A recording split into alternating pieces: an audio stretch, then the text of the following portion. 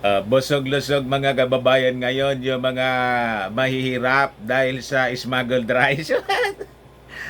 Ipinag-utos na mga kababayan ng ating Pangulong BBM. Dapat bilisan yung release mga kababayan ng mga nasamsam na mga bigas. Imbes na 15 days, dapat mga kababayan daw, in 7 days lang, release agad para maipamigay yung mga sakosakong bigas sa ating mga mahihirap na kababayan. Ito po mga kababayan yung utos ng ating Pangulong Bongbong Marcos. Tambak-tambak na mga bigas. Sabi rito, Marcos 6 faster release of seized rice. Tahimik yung mga critics. But before ko mga kababayan na ibigay sa inyo yung magandang balitang ito, click subscribe muna dito sa ating YouTube channel and hit the notification bell para lagi po kayong updated sa mga magagandang balita. Like and share na rin po ninyo ng ating video. At huwag na rin po ninyo mga kababayan na i-skip yung ating mga commercial ads para tuloy-tuloy ang pag-unlad ng bagong Pilipinas, the land of fear. So yung mga nasamsa mga kababayan na mga bigas, libo-libo na sako ng bigas ng Bureau of Customs, pag hindi po na-justify ng mga rice traders, hindi sila nakapag-present ng mga documents na legal yung kanilang transaction po, in 7 days babaha mga kababayan ng bigas doon sa mga communities na mga mahihirap. Ayos pa. Kaya we encourage our smugglers, ituloy lang po ninyo para naman laging fiesta yung mga mahihirap nating mga kababayan. Bumabaha na ngayon sa kanila ng bigas. Diba? Tingnan ninyo ito. Sako-sakong bigas. Isang sako mismo yung binubuhat ng ating Pangulong Bongbong Marcos. Di ba? Tingnan ninyo ang tambak na mga bigas. Ang dami-dami po. You see? Party siya ng 42,000 plus na nasamsam ng Bureau of Customs. Yung more than 200,000 nasa nasa proseso pa. Di ba ang saya-saya? Tuwang-tuwa yung mga pobre. Pinagkakaguluhan yung ating Pangulong Bongbong Marcos sa distribution ng sako-sakong bigas mga kababayan. Pero siyempre, yung mga galit sa ating Pangulo, wala man pong sasabihing maganda. Sabi ng nag-react dito, Licio Roldan Pasyon. Ayan po, mga kababayan, may masama pa rin na sinasabi. Balato niya sa inyo kasi nanalo ang team niyang Ferrari sa Formula 1 Singapore. $1 million ang pustahan doon. You see? Pero yung iba siyempre, tulad nito, Attorney Torson Montes Kate, Anti-Corruption in Oppression, congratulations. Di ba? Sabi ni Michelle Companer, sana dito rin sa Negros Occidental Region 6, good job po, BBM. Sabi ni Omar Soler, God bless po for good work. Sabi ni Karen, sana makatanggap din ang mga 4-piece beneficiaries dito sa Region 10. Good job, BBM. So, priority po, mga kababayan, yung mga pinakang mahihirap po, yung nasa listahan ng 4-piece, sila yung binibigyan ng mga sako-sakong bigas. Kasi, sa historya ng buhay nila, hindi pa sila makabili ng isang sako. Laging kilo-kilo lang. Mataas na siguro ang 10 kilos. Di ba? Yung mga previous administration, mataas ng 10 kilos na naibigay. Pero yung ating Pangulong Bongbong Marcos, sabi niya, kung may mga humihingian niya ng sobra Huwag na ninyong pagkaitan, lalo sa panahon ng disaster po, mga calamities. Ibigay na anya ninyo. Yung mas marami na, kasi anya, para naman sa pagkain nila yon. Wala mang ibang purpose. O, di ba?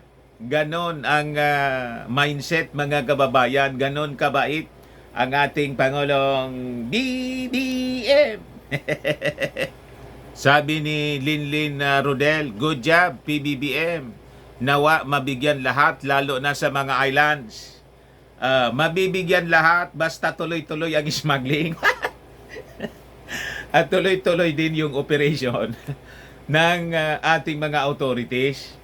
Pag na-confisca, in just 7 days, gusto ng ating Pangulo i-release agad para maipamigay sa ating mga pobreng mamamayan. Sabi ni Marcela Carigitan Cantala, sana all. Eden Picardal, sana buong Pilipinas, bawat pamilya para maging masaya. Sabi ni Priscilla Suliben Lamasan, more to come. Thank you PBBM. Kaya sabi dito sa balita, mga kababayan, President Marcos Jr. wants to shorten the 15 days given to rice importers to prove the legitimacy of shipments that have been confiscated by the Bureau of Customs. Masyado na anyang mahaba yung 15 days. 7 days lang anya. Marcos made a statement after leading the distribution of the seized rice to beneficiaries ng Pantawid Pamilyang Filipino o Filipino Program or 4Ps doon sa General Trias, Cavite. The President said the shorter grace period anya would give the government more time to distribute seized smuggled rice to depressed communities. So tuwang-tuwa yung mga mahihirap po sa buong Pilipinas. Iikotin po ng ating Pangulong Bongbong Marcos ang buong Pilipinas kasi napakarami po yung nasamsam na mga bigas. Ito'y parte lang ng 42,000 sacks ng bigas doon sa Zamboanga. Yung 4,000 na sacks ng bigas, ipinamigay din doon. Yung iba, dito po sa Luzon. Yung Bulacan po, may more than 200,000 na sacks ng bigas na ini-evaluate pa ng mga authorities. 505 million pesos worth po yon ng alleged smuggled rice. So pag na-prove po yon, mga kababayan, na talagang smuggled po, ayon, ipapamigay po yon lahat sa ating mga mahihirap na mamamayang Filipino. So sabi ng ating Pangulo, we are just waiting because before we can seize, under the law niya, the importer is given 15 days to explain that the importation is legal. This is why anya, it is taking us time because we are still waiting for 15 days. Ngayon, sabi niya, we are trying to reduce the 15 days into 7 days lang po. Because if we are if you are a legal importer anya, you have all the documents. If you are asked to present it, you can do it promptly. Agad-agad anya, may ipipresent mo. Pero kung pinatagal na pa, baka may salamang ka na. At makikipag-negotiate na yan sa mga government agents. Magiging kwampa yan po. Kausa ng korupsyon, magkakaroon ng pagkakataon na mag-negotiate yung mga taga Bureau of Customs na kurakot. Di ba? Yung mga korap. Pag hindi ka niya nagbigay, yung kuanan niya ganito, ang demand niya ni boss. Siyempre, may mga agents yan na ipapadala. Yung hiniingaan niya ni boss, kung halimbawa, 500 million yung halaga. Halimbawa, yung 200,000 sacks, 500 million yung halaga nun, di ba? O, humingi lang ng 100 million. 100 million anya or nothing? tapos na po. O sasamsamin namin lahat dito. O wala kang pakinabang, magni-negotiate na lang po yung smuggler. Yun ang gustong iwasan ng ating Pangulong Bongbong Marcos. Kaya kailangan i-shorten niya natin. Kasi pag legal, immediately you can present the documents. Pag illegal talaga, then pakinabangan na natin. Ipamigay natin sa mga mamamayang Filipino. Doon sa mga mahihirap. So babaha po ng pagkain sa mga poor communities. O di ba? Yung ating Pangulong Bongbong Marcos lang yung nakaisip ng ganyan. The previous administration, wala man po. Wala man silang puso para sa mga mahihirap. Lahat lang po ganyan, no? Ablada. Lahat lang daldal. Pabida. Kaya sabi ng Pangulo, kailangan na niya na igsian natin. The President said importers may be able to slip the confiscated rice out to the market under the 15-day grace period. So, parang binibigyan mo pa siya ng pagkakataon para makagawa ng paraan. Di ba? Para malusutan mga kababayan yung kaso niya. I said, they might even try to sleep it out. So I said, let us do everything in order for the Bureau of Customs to obtain it. The 15-day grace period under Section 114 of the Customs Modernization and Tariff Act or Republic Act 10863 gives an importer enough leeway to prove that his shipment is in order. If the necessary documents are not produced, the BOC will issue a warrant of seizure and detention, taking the goods under its custody. Perishable goods such as agricultural items will be destroyed to prevent them from reaching the market. Yun ang masamang provision doon. Bakit mo i-destroy? Imbis pakinabangan na lang ng mga tao, ng mga mahihirap. Dinisign po yun, i-destroyan niya. Pero ang totoo niya, ni-recycle lang po nila. Parang droga.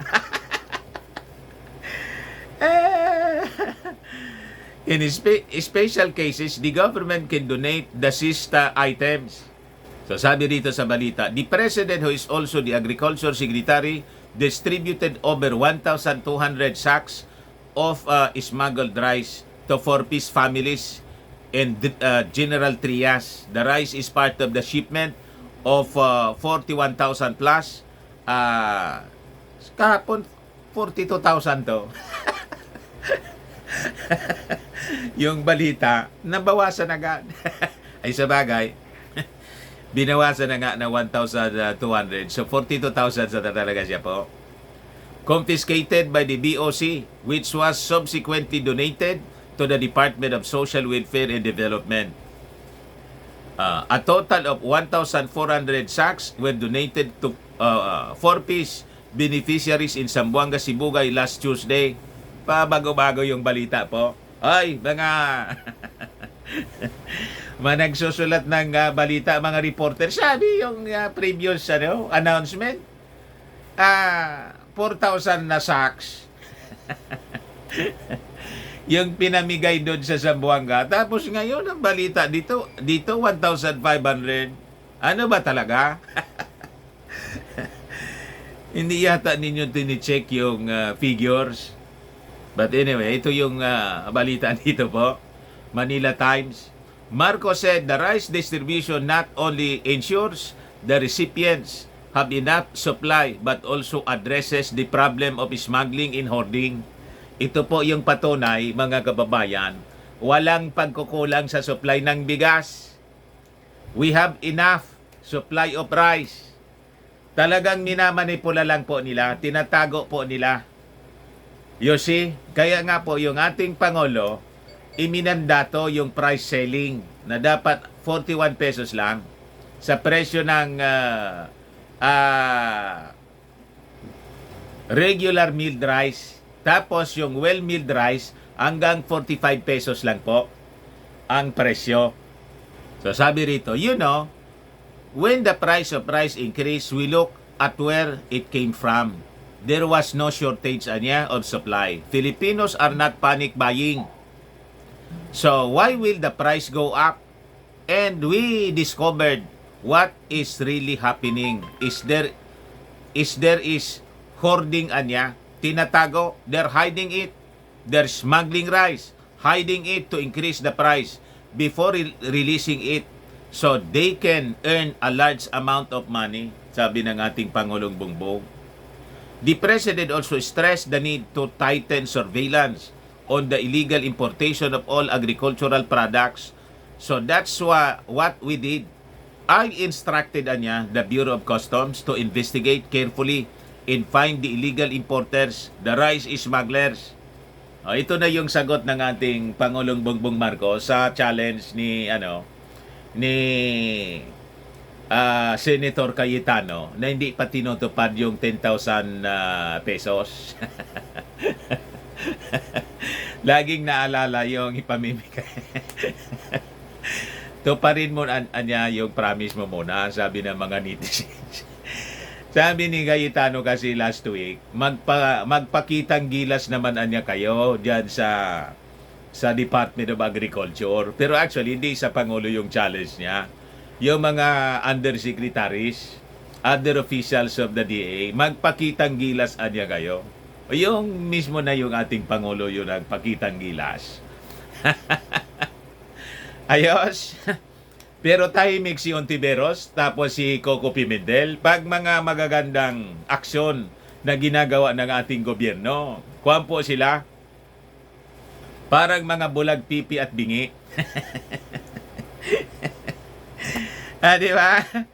Nakasipir ang kanilang mga bibig. Talagang naghahanap lang sila ng mga controversy, mga isyong ibabato sa ating Pangulong Bongbong Marcos. Yun ang kuha nila.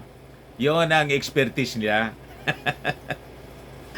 Anyway, yun man lang po mga kababayan. Baka lang gusto ninyo po itong i-try. Firmax Firming and Lifting Cream, pinapahid po sa mga pulses and affected area.